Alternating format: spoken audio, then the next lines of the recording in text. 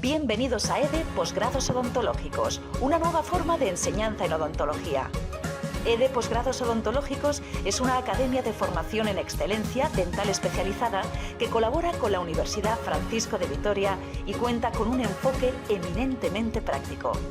Nuestro objetivo es consolidar profesionales expertos, confiables y plenamente responsables de su práctica. Porque hemos estado en tu mismo sitio, porque llevamos muchos años formando, porque sabemos lo importante que es la formación para ti y sobre todo porque siempre tendremos un trato directo y cercano contigo. Hola a todos, soy Juan Carlos Vara. Como sabéis, dirijo el máster de cirugía bucal y implantología en la Universidad Francisco de Vitoria. Sabéis que utilizamos cabezas criopreservadas que nos van a dar mucho aprendizaje y muy rápido. Nuestro estándar es impartir cursos en grupos reducidos con más de un 50% de trabajo práctico en pacientes para garantizar no solo el aprendizaje de las últimas técnicas con los mejores materiales, sino también la tranquilidad de los alumnos para aplicarlos al día siguiente en sus clínicas. Así opinan nuestros alumnos. Muy buen máster, con un peso docente espectacular, y valoro el que sea en cabezas criogenizadas porque somos capaces y tenemos la oportunidad de ver desde un lado y desde otro. La calidad de los ponentes es muy buena, cada módulo vienen doctores diferentes, cada uno te cuenta también su experiencia, entonces de eso puedes extraer un poco para tu práctica diaria y ya poder utilizar lo que a ti mejor te pueda servir. Contamos con los mejores profesionales y una nueva clínica universitaria con 12 gabinetes plenamente equipados y dotados de los últimos avances tecnológicos, para ofrecerte siempre la mejor formación. Si quieres saber más de nuestros cursos, entra en edeformacion.com y no dejes que nadie ocupe tu sitio.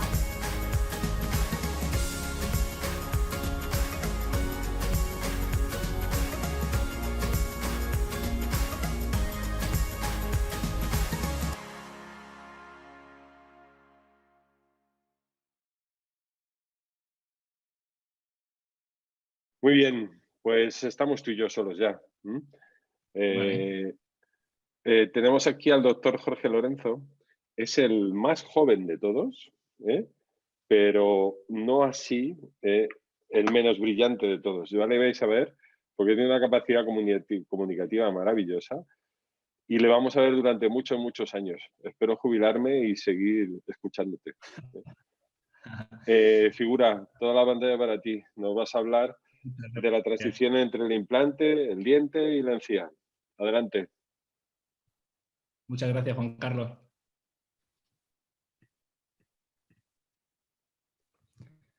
Bueno, muchas gracias, Juan Carlos, primero por la presentación, por supuesto, y por la confianza puesta.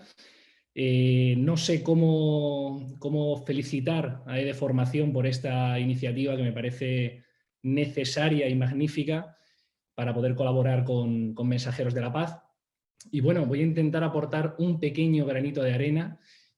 No sé cómo decir, hablar de cirugía después de esta ponencia de Juan Alberto Fernández, que ha sido maravillosa, pero bueno, el tema que me gustaría tratar hoy, o la visión que me gustaría dar hoy, yo soy al 99% prácticamente clínico y me gustaría hablar de la transición que hay desde el día de la cirugía hasta que el paciente se va con el diente colocado. Lo he llamado esa transición entre el implante, la encía o el tejido blando, ese tejido blando perimplantario y el futuro diente de mi paciente. Esa transición desde que colocamos el implante o hacemos la cirugía a nuestro paciente, tenemos que estar ya pensando en el diente. Yo digo muchas veces a los compañeros cuando hablamos que tenemos que tener el bisturí en la mano y la prótesis en la cabeza. Nuestros pacientes cuando vienen a la consulta jamás me preguntan por injertos de tejido conectivo, jamás me preguntan por perfiles de emergencia, por tipos de implante. Todos mis pacientes vienen preguntándome por lo mismo en mi día a día, por dientes. Entonces me parece muy importante dar un enfoque de esa transición prácticamente de puntillas, pasando por todos los pasos, desde el día que hacemos la planificación hasta el día que operamos a nuestro paciente y sale por la puerta con el diente. ¿Y cuál sería para mí el nexo de unión entre el implante, el tejido blando y el diente? Pues no puede ser otro que el muy hablado perfil de emergencia. Es algo que ha inquietado desde hace muchísimo tiempo a todos nuestros compañeros, a los clínicos. Incluso empezaron a hablar del perfil de emergencia primero, evidentemente, sobre los dientes, y con el paso del tiempo sobre los implantes, o el concepto sobre implante.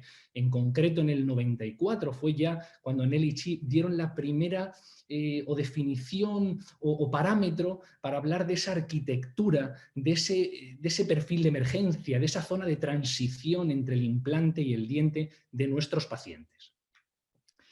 Para mí hay muchísimas definiciones, pero si me tengo que quedar con alguna, es con esta. Creo que es la que mejor define al perfil de emergencia en nuestra práctica diaria. ¿Qué es para mí el perfil de emergencia?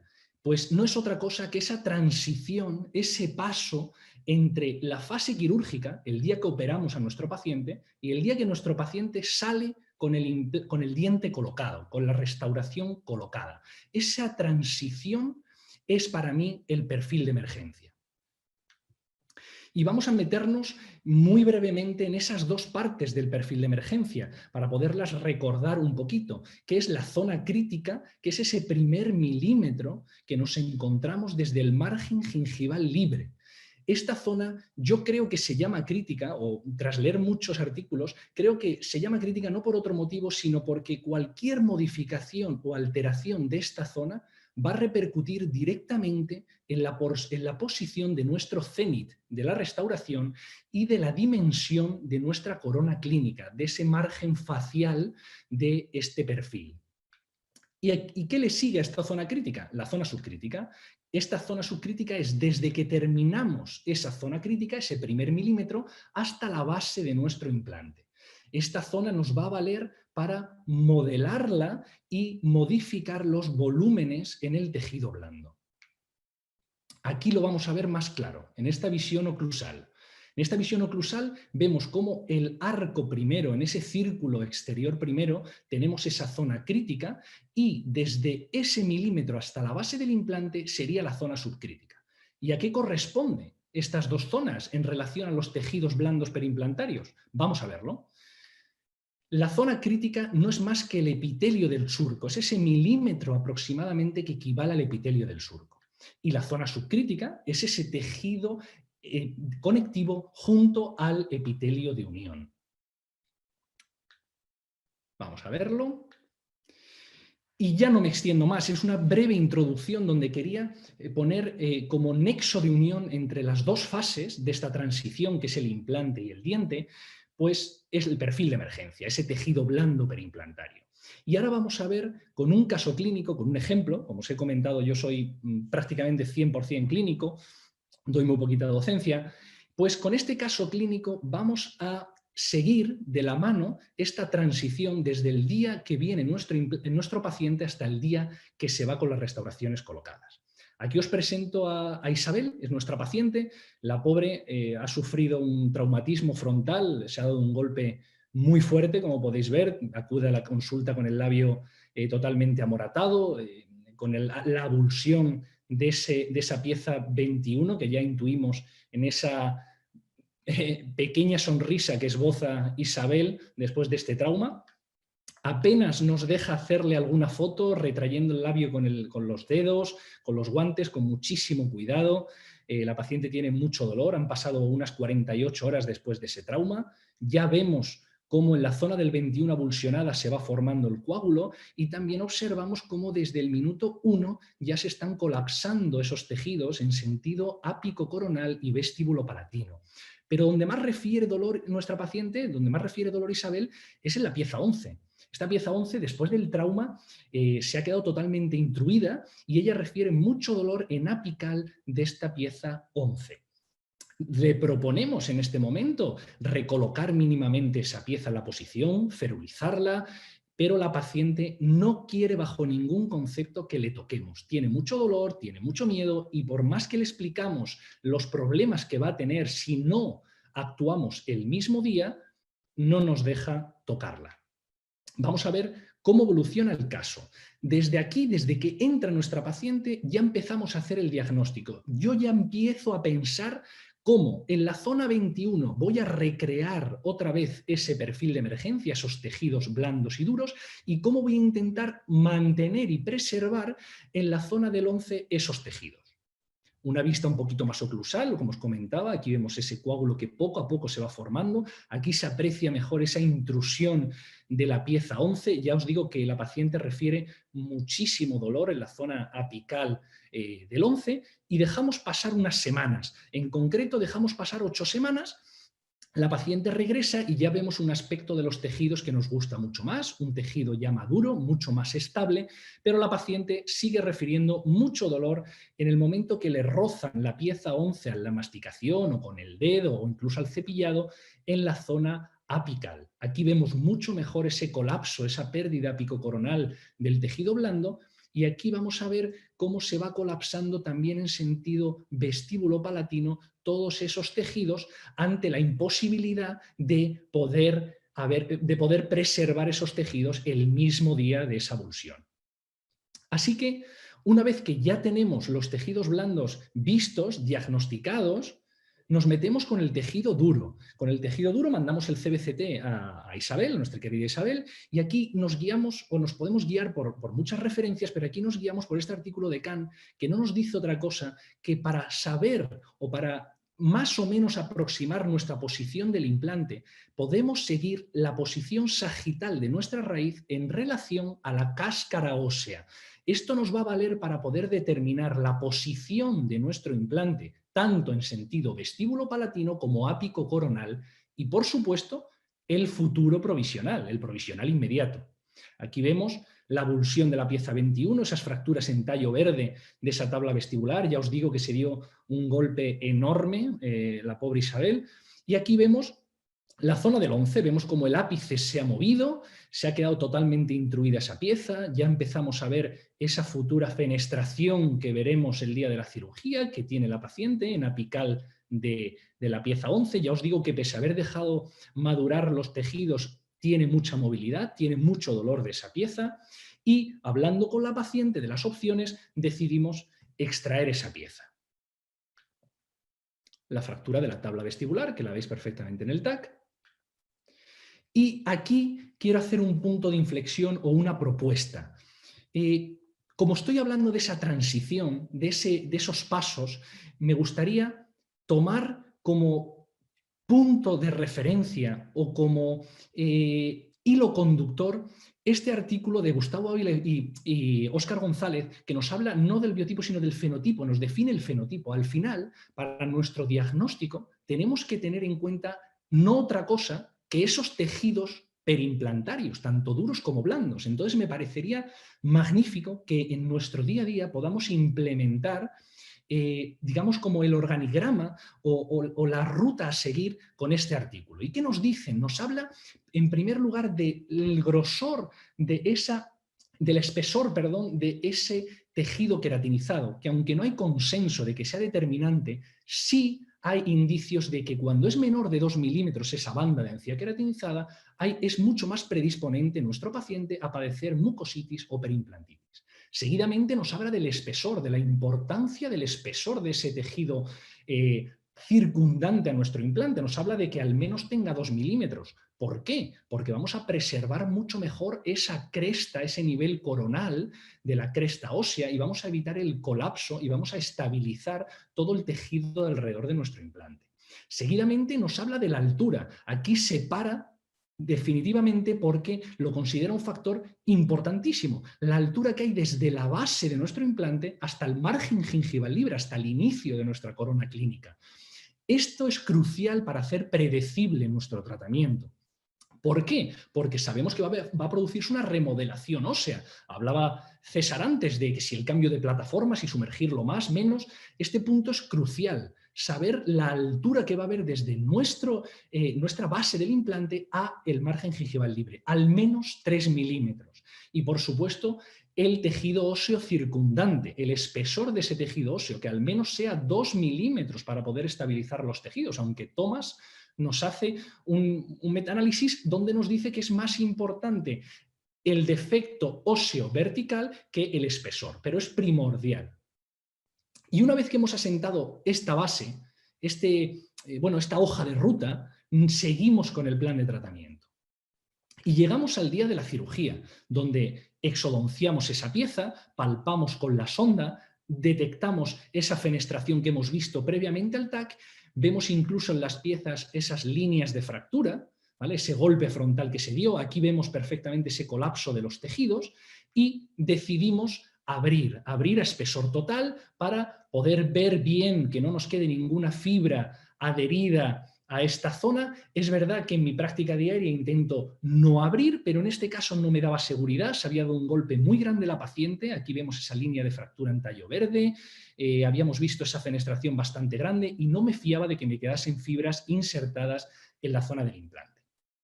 Y aquí entramos en otra fase de esa transición importantísima, que es dónde coloco y cómo coloco mi implante. Hay montones de artículos que nos dicen 2 milímetros por debajo de la cresta ósea, 3 milímetros por debajo del LAC del diente adyacente, de 3 a 4 milímetros desde el margen gingival libre del diente adyacente. Hay muchísimos artículos que nos hacen referencia de esa posición tridimensional del implante. Y yo me quedo con una frase que me ha encantado buscando bibliografía e información sobre este tema, y es que nuestros implantes tienen que estar todo lo sumergidos que sea necesario, pero todo lo superficial que se pueda.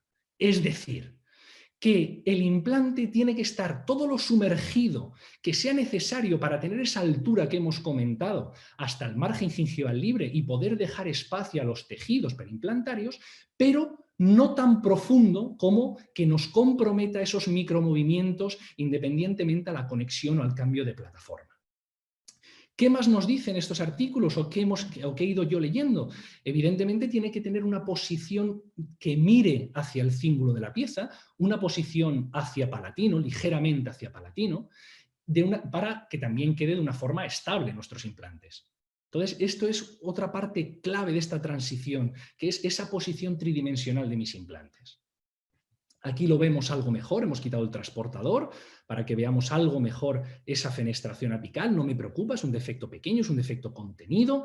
En este caso podemos ver esa altura del tejido blando de la zona palatina, donde lo hemos sumergido aproximadamente desde la cresta ósea, desde la línea melocementaria del diente adyacente. Son varias referencias. Si me preguntáis qué referencia tomo, todas. ¿Vale? Aquí lo vemos algo mejor.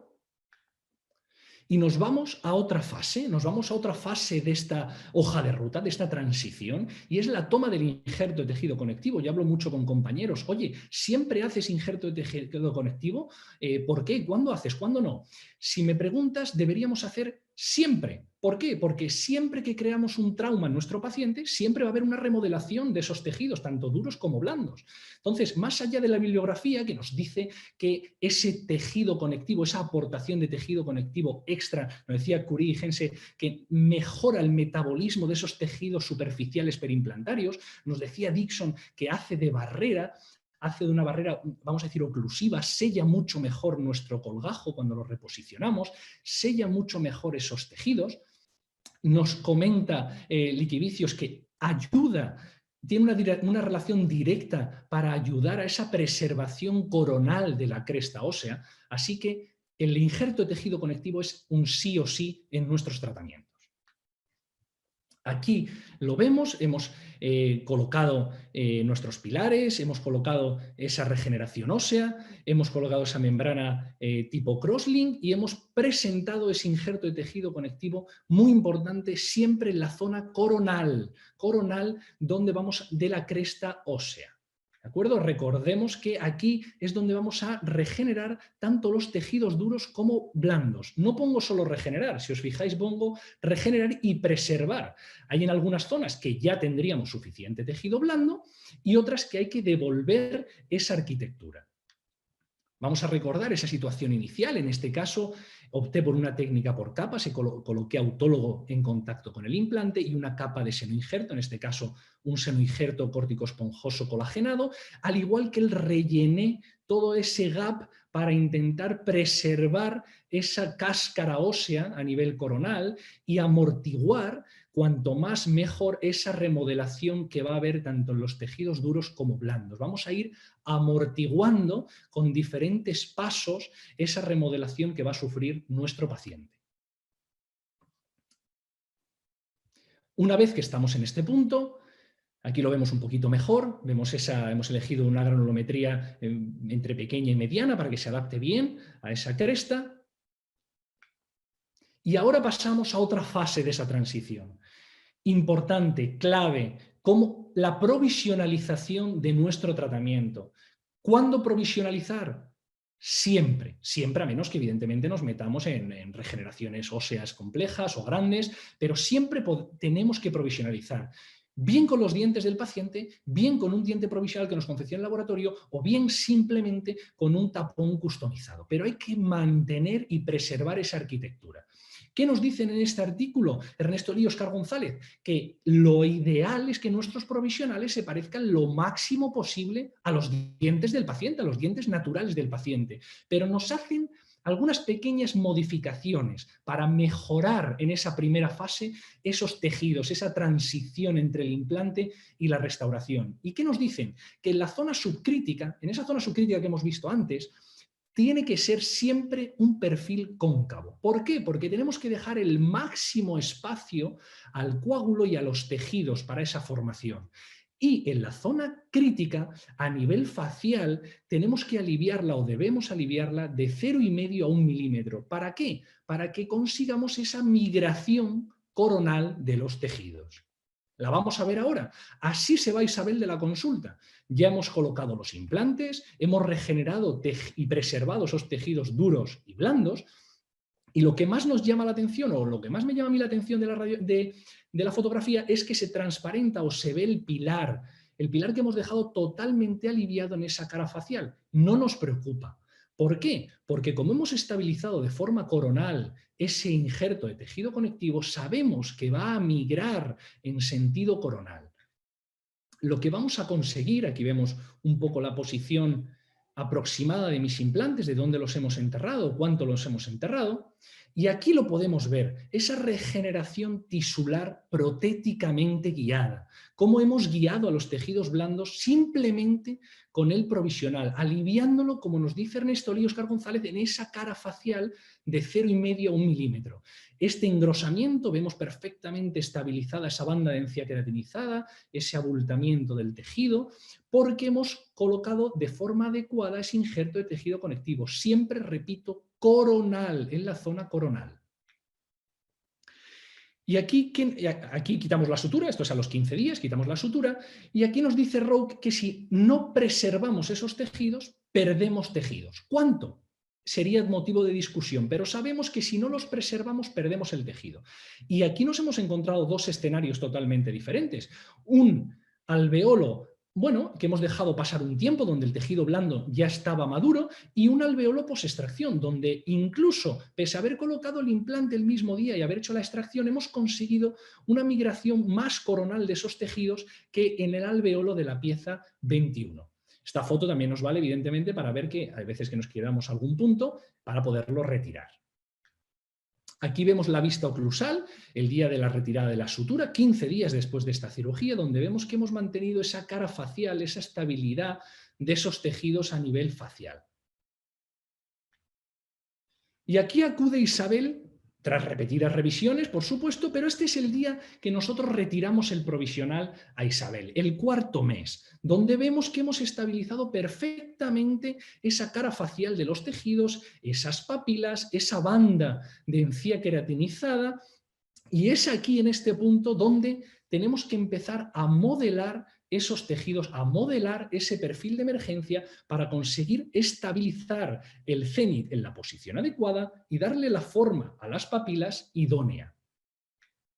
Esta es la vista oclusal, el día de la retirada de los provisionales, es el mismo día, incluso vemos ese poquito de placa que viene Isabel, más allá del cepillado, y vemos cómo hemos mantenido ese contorno facial, ese espesor maravilloso, parte preservada y parte hemos ganado, hemos aumentado con esa regeneración de los tejidos duros y ese aporte de tejido blando, ese injerto de tejido conectivo. Y es en este momento donde nosotros empezamos a modelar esa zona crítica y subcrítica, añadiendo y quitando, en este caso, composite o resina compuesta, para poder llevar a la posición que nosotros queremos ese cénit y esas papilas. Aquí acude la paciente después de 15 días. De 15 días del primer modelado. Hemos conseguido subir esos cénit, ya me van gustando más esas papilas, le vamos dando algo más de forma, más estables, vamos ajustando también las zonas de contacto, muy importante para poder crear también esas papilas.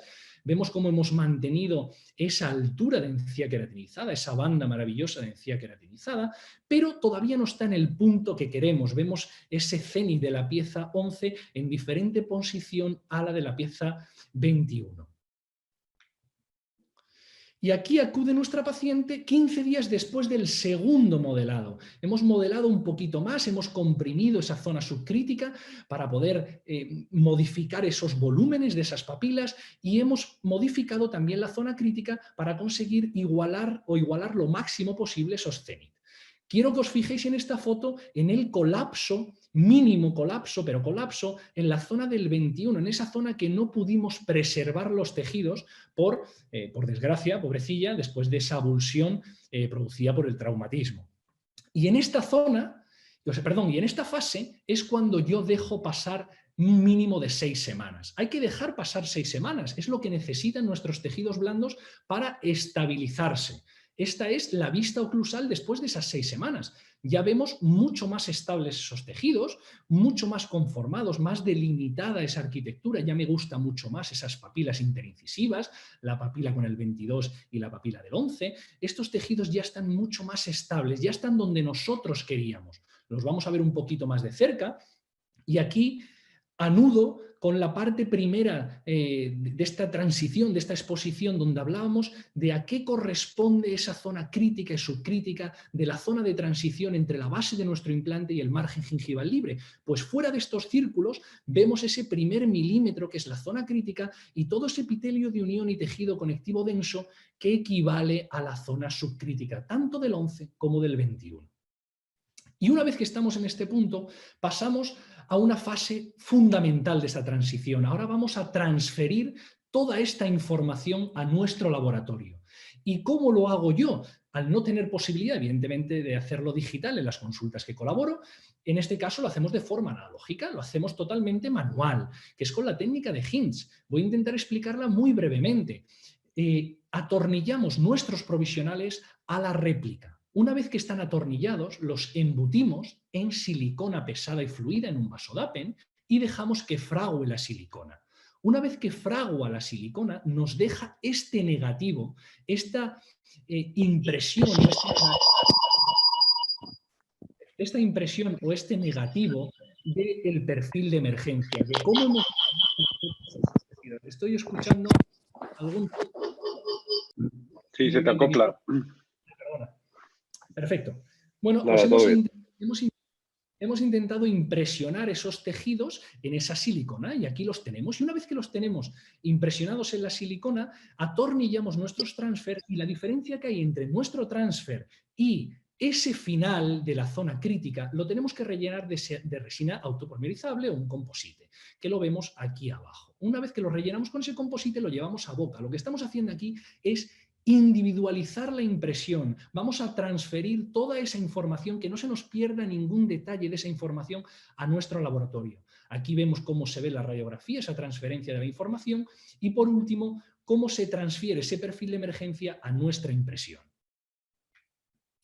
Una vez que hemos transferido ese perfil de emergencia, hemos transferido todos los datos de ese modelado, tenemos que elegir el pilar. Que el pilar, en este artículo nos habla tanto del pilar o del abatment que hay tanto en provisionales como en definitivos. Es muy importante, como hemos hablado en el provisional, que ese aditamento intermedio entre nuestro implante y la corona o el provisional sea totalmente cóncavo, pero ahora con esas modificaciones tenemos que individualizarlo. Tenemos que transferir también al laboratorio cómo va a ser esa zona de transición entre nuestro implante, que no deja de ser un círculo, y el principio de esa zona crítica.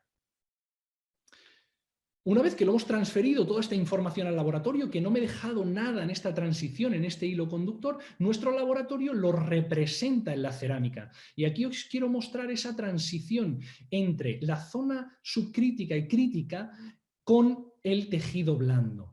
Esta parte es la parte de Biscuit, es la prueba de Biscuit. Para mí tiene muchísima relevancia, es donde nosotros vamos a ver la isquemia que tiene, dónde tiene la isquemia, esos puntos de contacto, dónde están esos puntos de contacto, si queda estable el tejido, si ese laboratorio en definitiva ha sido capaz de representar esa transferencia de la información que nosotros le hemos dado.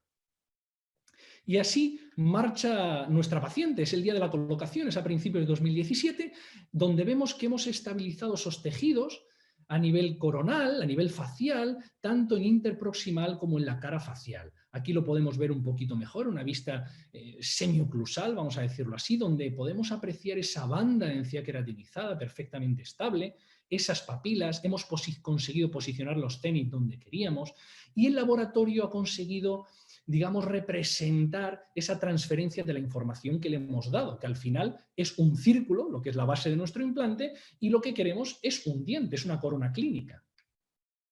Aquí lo vemos algo mejor en esta vista oclusal, esa ganancia o esa estabilidad en los volúmenes de nuestro tejido. La comparativa a nivel radiográfico desde 2017 a principios de 2020, poco antes de este confinamiento, donde no solo hemos visto que hemos mantenido los tejidos blandos, sino que también hemos mantenido esos tejidos duros perimplantarios. Hemos mantenido los espesores y hemos mantenido las papilas. Y así marcha nuestra paciente, así marcha Isabel por la puerta el día de su revisión poco antes de confinarnos, donde vemos que han madurado todavía más esos tejidos, que son estables en el tiempo. Hemos conseguido, siguiendo ese hilo conductor y esas premisas, conseguir un tratamiento estable en el tiempo, donde vemos esa piel de naranja, mucho más estables, mucho más bonitas esas papilas. Recordamos un poco cómo vino Isabel con ese traumatismo y al paso de los meses, cómo conseguimos, y al paso de los años, a los 3 años, cómo conseguimos estabilizar en el tiempo nuestro tratamiento. Voy a intentar ser muy breve, pero como he hablado muchísimo de amortiguar, para mí esta transición entre el día que diagnosticamos a nuestro paciente y el día que el paciente se va con el diente, al final son colchonetas, son amortiguadores que vamos poniéndole o que tenemos que ir poniéndole para que esa remodelación ósea y remodelación del tejido blando que se va a producir sí o sí sea la menor posible. ¿Y cuáles son mis colchonetas o cuáles son las colchonetas o los amortiguadores que yo pondría? Un diagnóstico siempre desde los tejidos blandos y duros. Yo no sé si os pasa a vosotros, pero es un continuo el mandarnos radiografías o TAC para poder dar nuestra opinión de un caso. Para mí es imposible. Elegir siempre que podamos un diámetro menor de nuestro implante, nos lo ha comentado antes algún compañero, siempre intentar dejar entre la cara facial de nuestro implante y ese reborde crestal el máximo de milímetros posible para estabilizar esos tejidos blandos y duros y ese coágulo. Preferiblemente 1 milímetro más apical, recordar esa frase que a mí se me queda grabada, que es ¿dónde tenemos que colocar apicocoronalmente nuestro implante? Pues todo lo profundo que sea necesario, pero también todo lo superficialmente posible. El relleno del gap, el relleno de esa distancia entre la cara facial de mi implante y la cresta ósea para mantener también esos tejidos duros. Una colocación sí o sí y un aporte de tejido blando. Provisionalizar también en todas las situaciones o prácticamente en todas las situaciones. Ya he comentado antes que evidentemente en regeneraciones grandes no vamos a provisionalizar. Un pilar intermedio, si me preguntan cómo, pues yo os diría, mi fórmula o mi amortiguador sería que fuese cóncavo y que fuese de 2 milímetros. Y siempre, siempre, siempre individualizar y transferir toda la información que hemos hecho en todo el procedimiento a nuestro laboratorio, a nuestro técnico. Y poco más, nada, volver a agradecer a esta maravillosa iniciativa de Formación, por supuesto, y a Juan Carlos por darnos la oportunidad, por supuesto, de dar nuestro granito de arena con Mensajeros de la Paz y nada, queda a vuestra disposición. Un auténtico placer, la verdad. Muchas gracias, tío, me ha encantado. De verdad, he disfrutado. Qué fotos más bonitas tienes. Y unos casos, eres muy clínico, di que sí. Y hay que seguir al pie del gabinete siempre. Jorge, de verdad, muchas gracias. Te veo el martes, además. Muchas gracias a vosotros y qué pendiente. Gracias.